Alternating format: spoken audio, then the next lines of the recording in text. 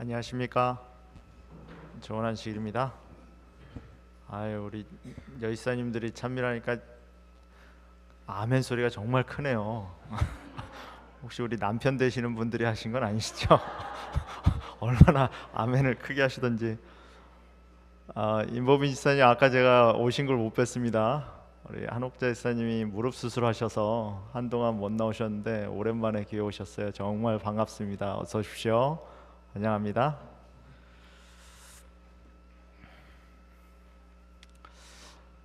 오늘은 우리 요한복음 20장 19절로 23절에 있는 말씀을 가지고 일어나라 빛을 발하라 라는 제목으로 하나님의 말씀을 나누겠습니다. 지난 일요일은 저희 교회에 참 여러 가지 일이 있었습니다. 이런 적이 없었던 것 같아요. 근데 어떻게 세 행사가 같이 겹쳤어요. 그래서 우리 청소년들은 DC로 투어를 하루짜리 투어를 갔다 왔고요. 그리고 우리 장년들은 테니스 대회를 했습니다. 테니스 좋아하시는 분이 많더라고요. 테니스 대회를 했고, 또 우리 시니어분들은 2박 3일로 우리 델라웨어로 리트릿을 다녀왔습니다. 참 교회가 모든 연령층에서 이렇게 열심히 활동하는 모습을 보니까 참 좋았습니다. 여러분들, 우리가 활동한 내용들을 좀 여러분들이 쉽게 보게 하기 위해서 교회 페이스북 페이지가 있거든요. 그 페이스북 페이지에 교회 활동한 사진들을 다 올렸습니다. 여러분들이 좀 보시면 좋겠고, MDSDA 철치예요. MDSDA 철치라고 검색하시면 페이스북에서 보실 수 있고, 저희 웹사이트 교회 소식란에도 올라와 있습니다. 여러분들이 그렇게 해서 보시면 좋을 것 같아요. 여러분, 혹시 로마인 이야기라는 책을 읽어보셨습니까? 일본인 작가 시오노 나나미가 쓴 15권짜리 큰 책입니다. 역사서예요. 역사서에도 불구하고 그 안에는 로마라는 나라가 어떻게 해서 그렇게 큰 나라로 성장할 수 있었는가에 대한 이야기입니다. BC 한 700년경, 기원전 700년경에 시작된 로마는 그렇게 강성할 수 있는 조건을 갖춘 나라가 아니었습니다. 근데 700년경에 시작된 나라가 거의 1200년 가까이 전 세계를 제패하는 나라로 성장하고 자리를 굳혔습니다. 근데 시오노 나나미는 이 로마인 이야기에서 그 이유를 이렇게 말해요. 중국은 나라를 세우고 지키기 위하여 성을 쌓았고, 로마는 나라를 발전시키기 위하여 길을 닦았다라고 말을 해요. 시오노 나나미는 로마가 1200년 동안 그렇게 장성할 수 있었던 이유는 성을 쌓는 대신에 길을 넓혔기 때문이라고 말을 합니다. 우리가 잘 아는 말 있잖아요. 모든 길은 어디로 통한다? 로마로 통한다. 길을 넓혀서 그 방향으로 길을 만들었다는 것은 로마가 통치 이념을 가리켰다라고 생각합니다. 로마는 소통하고 왕래하고 전파함으로 말미암아 하나로 성장할 수 있는 제국이 될 수 있다라고 생각했다라는 거죠. 여러분, 삶을 어떤 방식으로 처리하십니까? 대부분 자기가 어려움과 공경을 당하면요, 그 어려움과 공경을 이겨나가는 방식이 되게 비슷해요. 자기가 어려움이 생길 때마다 다른 방법을 사용하는 게 아닙니다. 어려움이 생길 때마다 거의 비슷한 방법을 써서 그 어려움을 헤쳐나가려고 해요. 거의 비슷한 결정을 하지요. 여러분들은 삶에서 어떤 방식을 가지고 삶을 살아나가고 있습니까? 사람이 삶을 살아나가는 방식도 되게 두 가지인 것 같아요. 성을 쌓는 사람이 있고요, 길을 닦는 사람이 있습니다. 성을 쫙 쌓아놓고 그 안에서 웅크리고 이 또한 지나가리라 그렇게 버티시는 분도 있고요, 길을 닦으면서 그 길로 나아가기 위하여 소통하며 앞으로 전진하는 사람이 있습니다.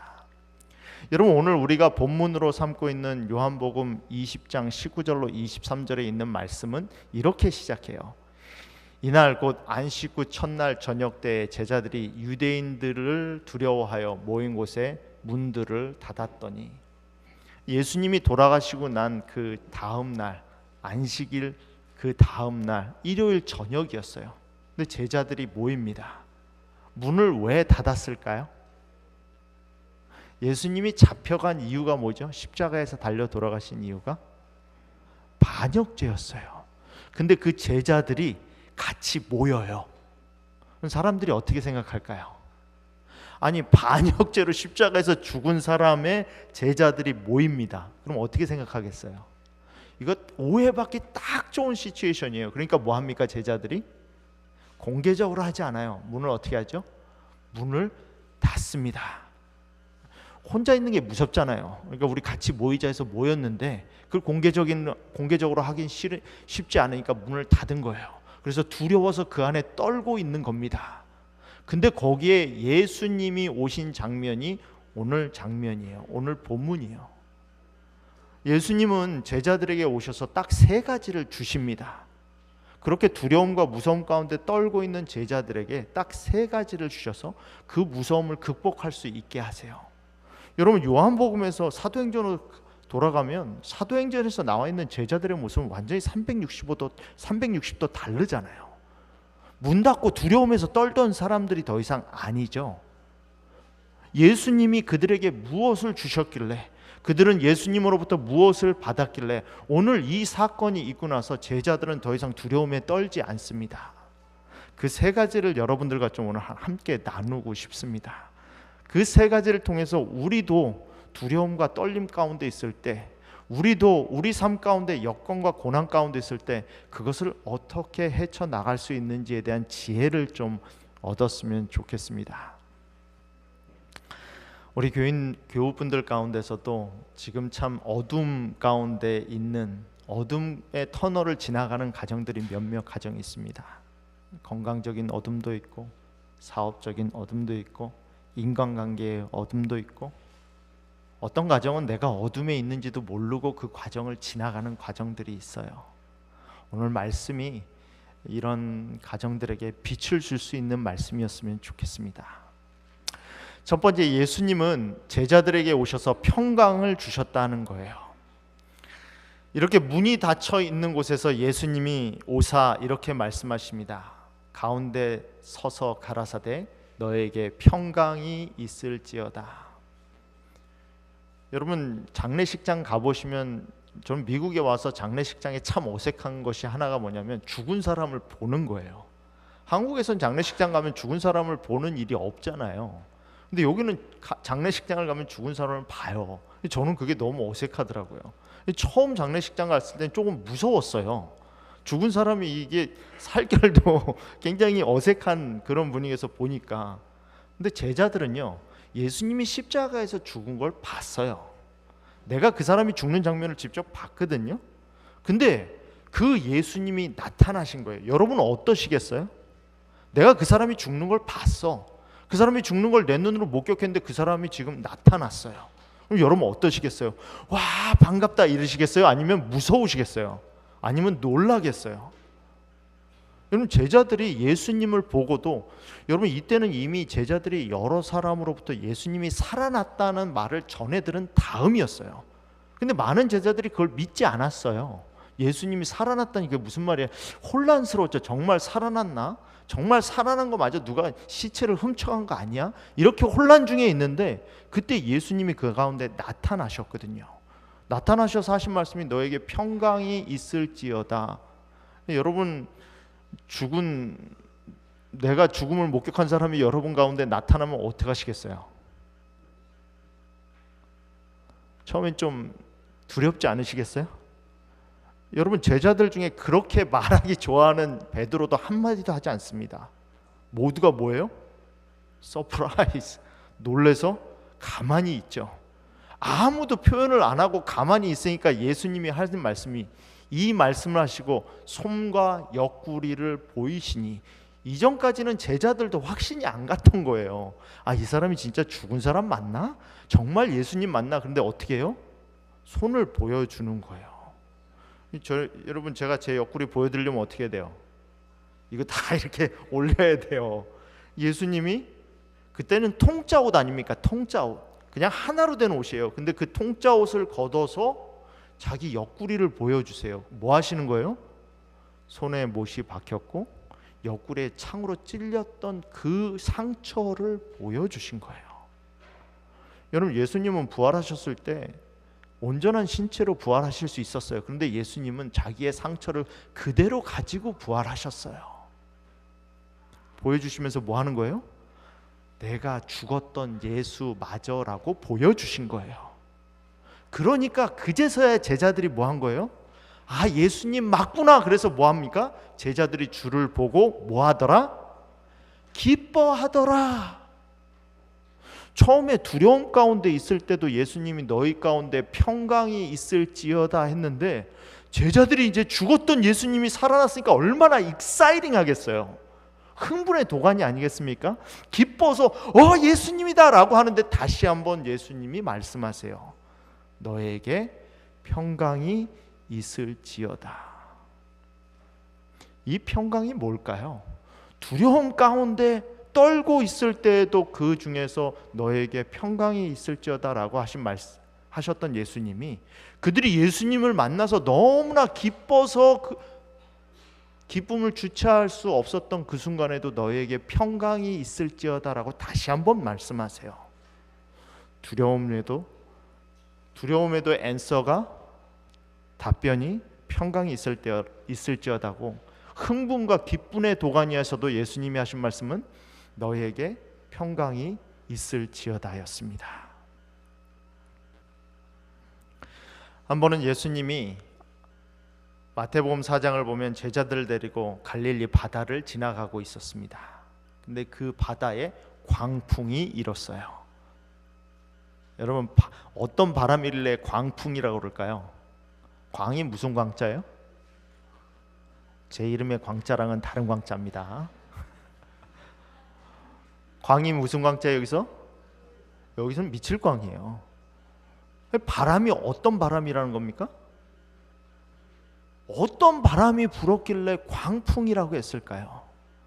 바다 가운데, 너무 좋아하시는데요. 왜 이렇게 좋아하세요? 바다 가운데 바람을 휘치는데 뭐예요? 얼마나 센 바람이 불으면 광풍이라고 그래요. 그래서 제자들이 거의 죽게 됩니다. 그 죽게 되었을 때 예수님께 요청하시죠. 예수님, 우리가 죽게 되었습니다. 그때 예수님이 일어나서 하시는 말씀이 잠잠하라, 고요하라. 여러분, 내 마음 가운데, 내 삶 가운데 광풍이 불어붙으면 하나님을 보기가 쉽지 않아요. 그때 예수님이 하신 말씀은 잠잠하라, 고요하라예요. 시대의 소망은 예수님이 이때 잠잠하라, 고요하라고 하신 말씀은 자기의 능력을 의지해서 했다라고 말하지 않아요. 여러분, 예수님이 신성이 있었지만 자기의 위험과 자기의 어려움을 극복하기 위해서 신성을 사용하신 적은 없습니다. 시대의 소망은 분명히 말해요. 이때 예수님은 자기 자신의 능력으로 한 것이 아니라 하나님을 온전히 의지하셔서 말씀하신 거다라고 말을 해요.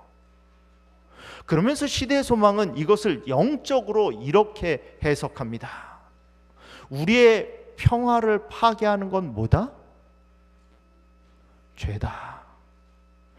여러분, 광풍이라는 건요, 내 주변에서 일어나는 게 아니에요. 내 주변에서는 언제든지 일이 벌어집니다. 기쁜 일도 벌어지고요, 아픈 일도 벌어지고, 나쁜 일도 벌어져요. 근데 광풍이 일어나는 자리는 어디예요? 보통 내 마음이에요. 예수님이 평안이 있을지어다, 평강이 있을지어다 라고 말씀하신 것은, 야, 너희가 두려워하는 그 제사장들 내가 싹 잡아서 없애줄게, 이런 말씀하신 거 아니에요. 주변에서 무슨 일이 벌어지든 어떤 일이 벌어지든 두려워하지 않을 수 있는 마음을 주신 거예요. 평강을 주신 거예요. 여러분, 우리 가운데 내 안에 있는 평강을 해치는 것은 죄입니다. 이기심, 교만, 누가 나를 한번 툭 건드리면 자존심이 확 일어나가지고 잠을 못 자요. 밖에서 뭐가 일어나고 있는 게 아니에요. 잠이 안 와요. 여러분, 내 마음 가운데 광풍이 일어나는 것은 죄예요. 자아가 정복되지 않을 때 우리는 쉼을 얻을 수 없다. 몸이 쉰다고 마음이 편한 게 아니에요. 편한 일을 한다고 내가 잘 먹고 잘 산다고 편한 거 아닙니다. 여기서 말씀하신 평안은 몸이 힘들어도 몸이 고돼도 오는 평안을 말하는 거예요. 인간의 힘으로는 마음을 지배하는 격정을 다스릴 수 없다. 여러분, 내 손은 내가 다스릴 수 있을지 모르지만 내 마음은 내가 다스리지 못합니다. 그래서 밤새도록 걱정하잖아요. 염려해서 잠 못 자지 않습니까? 잠은 자야 되는데 잠이 안 와요. 왜? 내 마음이 진정이 안 돼. 걱정이 너무 돼서, 염려가 너무 돼서 내가 내 마음을 다스리지 못합니다. 영혼을 하나님과 화목시키는 그분의 은혜가 인간의 격정으로 인한 분란을 잔잔하게 함으로 그분의 사랑 안에서 마음은 평안을 얻는다. 여러분, 삶에 있어서 문제가 없어서 평안을 얻는 게 아니에요. 내 자녀가 내 말을 잘 들어서 평안을 얻는 거 아닙니다. 내 비즈니스가 잘 돼서 평안 얻는 거 아니에요. 인간관계가 항상 좋아서 평안 얻는 거 아닙니다. 언제 평안을 얻어요? 내 마음이 언제 진정됩니까? 내 자아가, 내 죄가 하나님 앞에 굴복될 때 평안이 와요. 내가 세상을 언제 이기죠? 내 마음에 평안이 있을 때 세상을 이길 수 있어요. 그 평안은 예수님이 주시는 평안밖에는, 내 마음을 다스리는 게 예수님이 아니면 내 마음이 공중에 떠 있을 수는 없습니다. 누군가는 내 마음을 다스리고 있거든요. 내 마음을 예수님이 다스리고 있지 않다면 지금 내 마음은 내 죄가, 내 교만이, 내 이기심이 다스리고 있는 거예요. 그 평안이 잠자들기 전에는 절대 내가 평안하지 않습니다. 나를 뭐 해야 돼요? 순종해야 돼요. 나를 내려놔야 돼요. 하나님 앞에 굴복시켜야 돼요. 제가 메릴랜드 중앙교회 콜링을 받고 메릴랜드 중앙교회 오기로 결정을 할 때 굉장히 불안했습니다. 바깥의 많은 요소들을 보면 제가 움직일 수 있는 시기가 아니었어요. 샴보 교회를 떠나야 된다라는 그런 생각이 들지 않았습니다. 굉장히 연약한 교회를 버리고 간다라는 죄책감이 많이 들었어요. 그럼에도 불구하고 자꾸 콜링이 온다라는 생각이 들었기 때문에, 말씀이 주어졌기 때문에 기도하고 결심했습니다. 순종했어요. 만약 부르시면 가겠습니다. 그때부터 평안해졌어요. 샴보 교회도 하나님이 돌보시는 교회다. 메릴랜드 중앙교회도 하나님이 돌보시는 교회다. 그게 받아들여졌어요. 여러분, 하나님이 주시는 평안은 하나님 앞에 나를 굴복시킬 때 옵니다. 마음이 평안하지 않으시면 내가 하나님과 싸우고 있는 거예요. 내 자아가 하나님께 굴복되지 않은 거예요. 예수님이 그들 가운데 오셔서 주신 첫 번째 말씀은, 첫 번째 것은 평안입니다. 그 평안은 내가 하나님께 굴복할 때 오는 거예요. 근데 많은 분들이 내 마음을 굴복시키지 않죠. 그리고 어떤 때는 기도하지 않아요. 왜 그렇죠? 기도하면 하나님이 답을 주실 텐데 그 답을 순종하기 싫으니까. 기도하면 하나님이 알려주실 건 뻔한데 그 하나님이 알려주시는 걸 내가 따르길 원하지 않으니까. 그러니까 뭐예요? 그걸 가지고 기도하지 않아요. 여러분, 기도하셔야 돼요. 그리고 그 말씀에 순종하셔야 돼요. 두 번째, 예수님은 방향을 주셨습니다. 두 번째로 예수님이 제자들에게 하신 말씀은, 아버지께서 나를 보내신 것 같이 나도 너희를 보내노라 라고 말을 해요. 여러분, 태국에 가면 치랑러이라는 곳에 탐루엉 동굴이 있습니다. 태국에서 아주 유명한 동굴이에요. 한 10km가 넘는 동굴입니다. 이 동굴은 탐 루엉 이 동굴은 치앙러이라는 마을을 가는 사람이면 누구나 한 번쯤은 들어가는 동굴입니다. 근데 우기는 들어가지 못해요.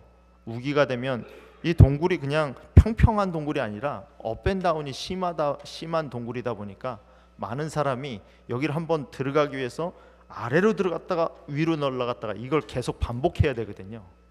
그러니까 우기는 이 물이 차가지고 나가고 들어가고가 안 돼요. 근데 2018년 6월 13일에 유소년 축구팀 13명이 이 동굴을 관광하기 위해서 코치와 함께 들어갑니다. 6월 13일에 들어갔는데 이게 우기가 아닌데 갑자기 폭풍우가 몰아치기 시작한 거예요. 그래서 이 13명이 동굴에 갇힙니다.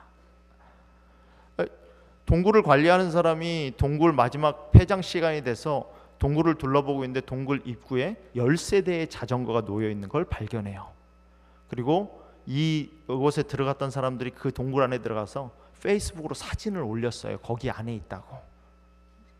이 안에 13명의 청소년들과 코치가 있구나라는 걸 알게 됩니다. 그래서 그때부터 뭐예요? 이들을 구하기 위하여 수색 작업이 시작됩니다. 한 동굴 입구에서부터 3.2km 정도 안으로 들어가서 이 사람들을 찾았어요. 이 사람들을 찾는 데만 해도 10일이 넘는 시간이 걸립니다. 그렇게 찾고 난 다음에 이 사람들을 구조하기 위해서도 일주일이 넘는 시간이 걸려요.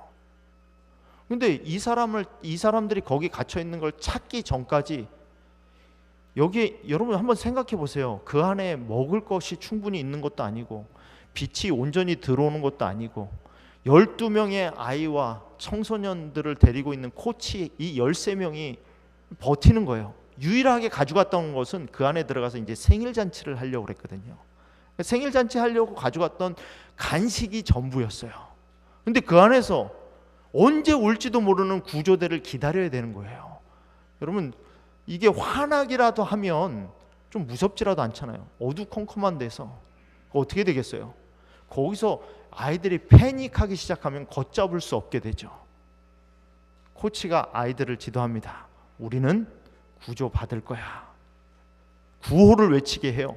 힘들어할 때는 잘하고 지도합니다. 이 사람들이 그 안에서 구조가 있을 때까지 살 수 있었던 이유는 이 코치가 우리는 살 수 있다. 구조대가 오고 있다. 우리가 죽기 전에 구조대가 와서 우리는 모두 구조를 받을 것이다 라고 아이들한테 지속적으로 뭐 하는 거예요? 가르치는 거예요. 이 사람이 몰라도. 그래서 결국 이 안에 있는 아이들이 모두 구조를 받게 됩니다. 여러분 사람들이 어려움에서 실패하는 이유는, 어려움에서 넘어지는 이유는, 어둠 가운데서 길을 잃는 이유는 어둠이 왔기 때문이 아니에요. 시련이 왔기 때문이 아닙니다. 빛을 보지 못하기 때문이에요. 소망이 없기 때문입니다. 여러분 제자들에게 예수님이 오셔서 주신 것은 나아가야 될 길을 보여주셨어요. 사명을 보여주신 거죠. 하나님께서 나를 보낸 것 같이 나도 너희를 보내노라. 내가 어둠 가운데 있을 때, 내가 어려움 가운데 있을 때 나를 어려움 가운데서 끌어내는 것은 어려움이 사라지는 게 아니에요. 어려움 가운데서 어둠 가운데서도 빛을 봐야 된다는 거예요. 내 삶이 어디로 가야 되는지에 대한 확고한 신념이 있어야 되는 거예요. 믿음이 있어야 되는 거예요. 그걸 예수님이 주신 거예요. 하나님이 나를 보냈으니 나도 너희를 보내노라. 여러분 우리 삶 가운데 어려움이 없었던 적이 있습니까? 어려움이 없었던 적이 있어요? 힘듦이 없었던 적이, 먹고 살만한 때가, 교회가 힘들지 않았던 때가 있습니까? 항상 그때는 좋았지, 그때는 좋았지. 항상 어려웠어요. 그럼에도 불구하고 우리가 앞으로 나아갈 수 있는 이유는 빛이 있기 때문이에요. 빛이. 내가 어두움 가운데 있기 때문이 아니라 빛을 보고 있지 않기 때문에 앞으로 나아가지 못하는 거예요. 여러분 요한복음에서 말씀하는 사명이라는 것은, 전도라는 것은, 여러분 마태복음은 내가 너희를 보내면니 뭐 이런 말씀하시잖아요. 빛과 소금이 되라. 너는 세상의 소금이다. 너희는 세상의 빛이다. 근데 요한복음은 그렇게 말하지 않아요. 요한복음은 세상으로 보낸다는 개념을 이렇게 설명합니다. 예수님은 항상 그 예수님의 사명을 어떻게 말합니까? 하나님과 함께 했다라고 말해요.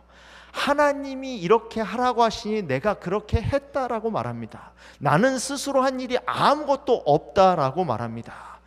하나님이 기뻐하시는 일을 내가 항상 행한다라고 말합니다. 오늘 주신 말씀도 뭐라고 말하냐면 내가 너희를 보내는데 왜 보낸다고요? 아버지께서 나를 보내신 것 같이 우리를 보낸다라고 말합니다. 5장에 보면 똑같은 말씀을 또 하시죠. 아버지께서 나를 사랑하신 것 같이 나도 너희를 사랑한다라고 말합니다.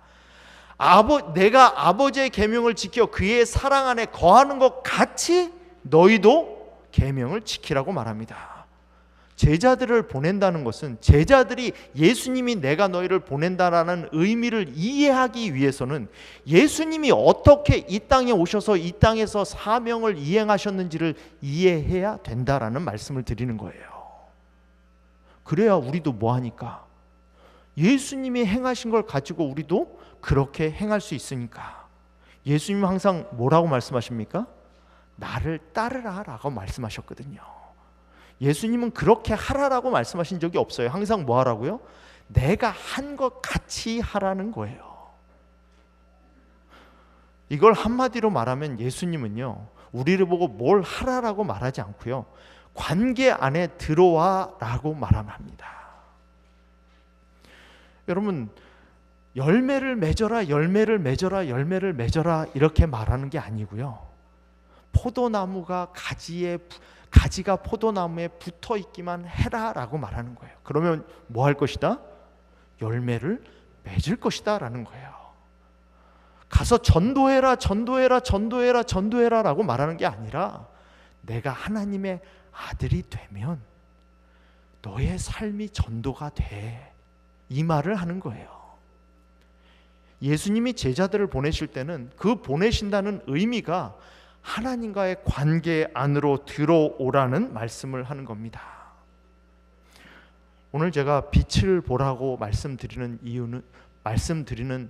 의미는 하나님과의 관계를 바로 맺으라는 말씀을 드리는 겁니다. 나는 과연 하나님과 어떤 관계를 맺고 있는가? 여러분, 내가 포도 열매를 맺으려면 포도나무가 되면 돼요. 포도나무가 되면 포도 열매는 맺히게 되어 있어요. 내가 사과나무니까 사과 열매가 자꾸 맺히는 거예요.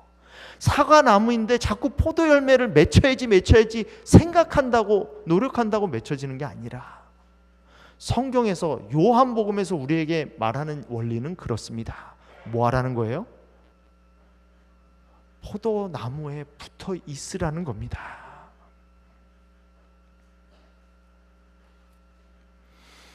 세 번째, 예수님은 성령을 주셨습니다. 맨 처음에 평강을 주셨고요, 그 다음에 사명을 주셨고요, 그 다음에 성령을 주셨습니다. 예수께서 이 말씀하시고 저희를 향하사 숨을 내쉬며 가라사대 성령을 받으라. 참 표현이 재밌지 않습니까? 이렇게 숨을 내쉬면서 하시는 말씀이 성령을 받으라. 여러분, 여기서 숨을 내쉬며 성령을 받으라 하신 이 표현이 신약에 딱 구약 성경에 딱 2번 나옵니다. 첫 번째는 하나님이 아담을 창조하실 때 생기를 그 코에 불어 넣으시니, 그때 이 표현과 같은 표현이에요. 그리고 두 번째는 에스겔 37장에 마른 뼈들에게 생기를 불어 넣었다, 그때 이 표현이 사용됩니다. 성령을 불어넣으신다는 게 무슨 뜻일까요? 한마디로 말하면 동력이에요. 동력. 우리를 움직이게 하는 힘. 내가 그리스도인으로서 나를 움직이게 하는 힘이 뭡니까? 성경은 그걸 성령이라고 말합니다. 밥을 먹어야 힘이 날 거 아니에요. 그죠? 가스를 채워 넣어야 자동차가 달릴 거 아닙니까? 테슬라 같으면 충전을 해야겠죠. 충전을 해야 차가 갈 거 아닙니까? 하나님의 사람은, 하나님의 일은 성령이 없이는 되지 않아요.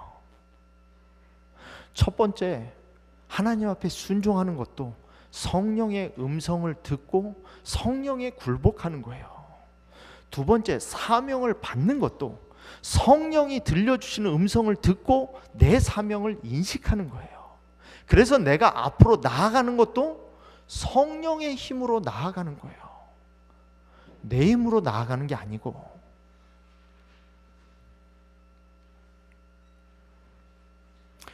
여러분, 사울이 왕이 되었을 때 자기 자신이 왕이 된다라는 말을, 너가 이제 이스라엘의 초대 왕이 될 거야 라는 말을 하는 사무엘에게 이렇게 말합니다. 나는 이스라엘 지파의 가장 작은 지파 베냐민 사람이 아니오며 나의 가족은 베냐민 지파의 모든 가족 중에 가장 미약하지 아니하나이까. 뭐 하다는 거예요? 한마디로 나는 안 된다는 거예요. 그때 사무엘이 이렇게 말합니다. 내게는 여호와의 신이 크게 임하리니 너도 그들과 함께 예언을 하고 변하여 새 사람이 되리라. 여러분, 하나님의 일은요, 하나님의 신이 임해서 내가 새 사람이 되지 않으면 할 수 없습니다. 다시 말씀드리죠. 하나님의 일은 그게 사랑하는 일이든 인내하는 일이든 믿는 일이든 어떤 일이든지 간에 성령을 받아서 새 사람으로 변화되지 않으면 할 수 없어요.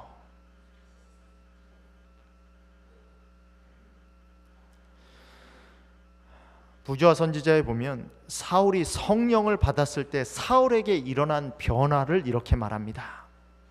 하나님의 순결과 성결의 빛은 타고난 마음의 어둠을 비추었다. 어둠을 비추었다. 사울은 자신을 하나님 앞에 있는 것처럼 보았다. 그는 성결의 미를 보았다. 이제 그는 죄와 사단에 대항하는 싸움을 시작하도록 부르심을 받았으며 이 싸움에 있어서 그의 힘은 전적으로 하나님께로부터 와야 함을 느껴야 했다. 여러분, 내가 하나님으로부터 부르심을 받으면 제일 먼저 싸움이 일어나는 곳이 어디입니까? 옆 사람하고 싸우지 않아요. 제일 먼저 싸움이 일어나는 건 내 자아입니다. 하나님의 빛이 비추면 분명히 내 자아의 잘못된 부분들이 보여요. 그러면 그때부터 싸워야 함을 느끼기 시작하는 거예요. 성령을 받지 않은 사람은 내가 싸워야 되는 것도 몰라요. 내 안에 싸워야 될 요소가 있는 것도 모릅니다. 근데 성령의 비춤을 받으면 아, 내가 이것과 싸워야 되겠구나라는 의지가 생겨요. 그리고 그 힘이 온전히 어디로부터 온다는 걸 깨닫습니까? 하나님으로부터 온다는 걸 깨달아요. 그래서 뭐 합니까? 하나님을 의지해요. 이게 영적 원리예요. 이게 다시 태어났다는 의미입니다.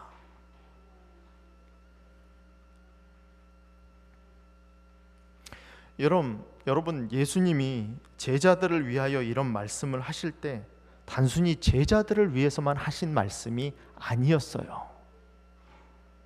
예수님이 요한복음 17장에 제자들을 위하여 기도하면서 이렇게 기도하십니다.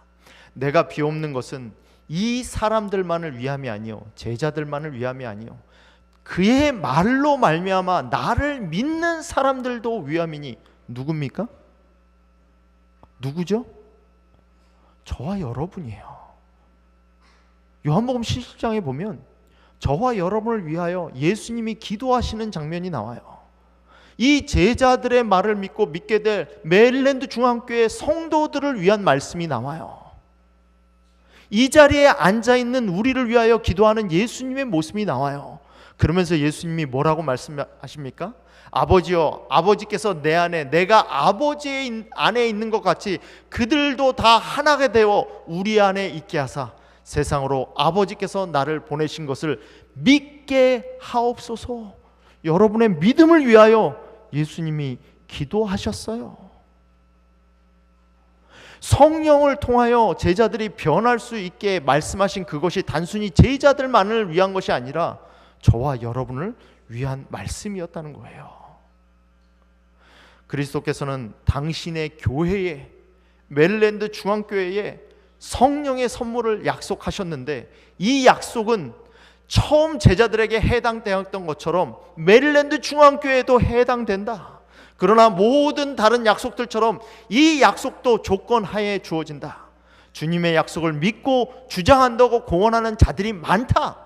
그들은 그리스도에 관하여, 성령에 관하여 말하지만 아무런 유익을 얻지 못한다.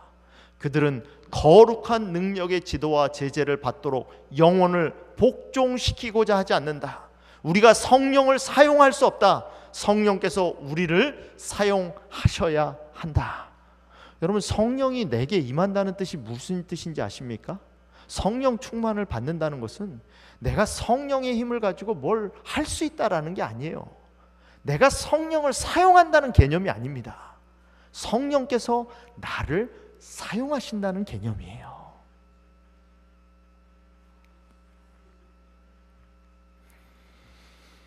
세 번째로 예수님은 제자들 가운데 오셔서 성령을 약속하셨습니다. 그러면서 제자들에게 마지막으로 이렇게 말씀하십니다.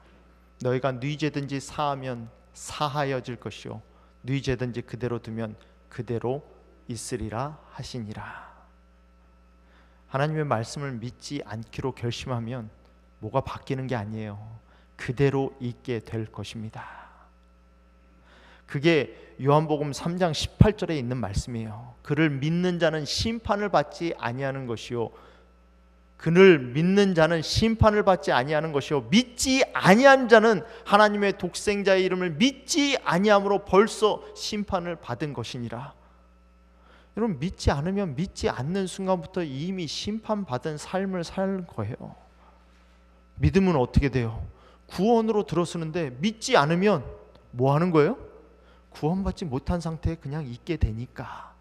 그러니까 무슨 말을 하는 겁니까? 그 상태가 이미 심판받은 상태라는 겁니다. 예수께서 이르시되 너희가 맹인이 되었더라면 죄가 없으려니와 본다고 하니 너희 죄가 그대로 있느니라. 하나님 앞에 와서 내가 보지 못하는 사람입니다, 나를 도와주소서라고 구하는 사람은 그나마 희망이 있어요.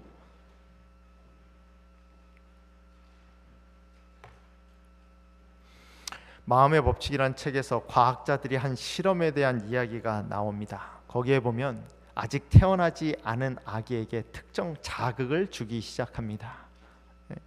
아직 태어나지 않아서 배 안에 있는 아기에게 소음에 민감한 소음에 노출을 시켜요. 그럼 아기가 엄마 뱃속에 있다가 막 반응을 합니다. 시끄럽다고 반응을 해요. 근데 그걸 자꾸 반복하다 보면 처음에는 막 요동하던 아이가 반복하면 그 다음부터 요동하지 않아요. 반복하다 보면 소음이 들려도 반응하지 않아요. 습관하는 감각을 마비시키는 힘을 발휘한다. 여러분, 하나님의 말씀을 듣지 않으면 들어도 이제 아무런 감동이 없어요. 하나님이 말씀하셨을 때, 내 마음이 찔림에 있을 때 아무런 반응을 하지 않으면 그 다음 말씀이 들어져도 그것에 대한 반응이 주어지지 않아요. 근데 순종도 마찬가지예요. 처음에 순종하는 건 어려워요. 근데 자꾸 순종하면 순종도 뭐가 돼요? 습관이 돼요. 그 다음부터는 순종이 어렵지 않아요. 처음에는 며칠씩 고민하면서, 며칠씩 두려워하면서, 며칠씩 걱정하면서 겨우겨우 순종하고 겨우겨우 나 자를 버렸는데, 그렇게 한 번, 두 번, 세 번 하고 나면 그 다음부터 하나님이 말씀하면 그 즉시 순종하게 돼요. 사랑하는 메릴랜드 중앙교회 성도 여러분, 하나님이 말씀하실 때, 하나님이 우리에게 빛을 주실 때, 성령을 주실 때, 그 성정에 순종할 수 있는 우리가 되기를 바랍니다. 그래서 아버지께서 인도하시는 길에서 빛으로 나아갈 수 있는 저와 여러분이 되기를 바라면서 오늘 말씀을 마치겠습니다.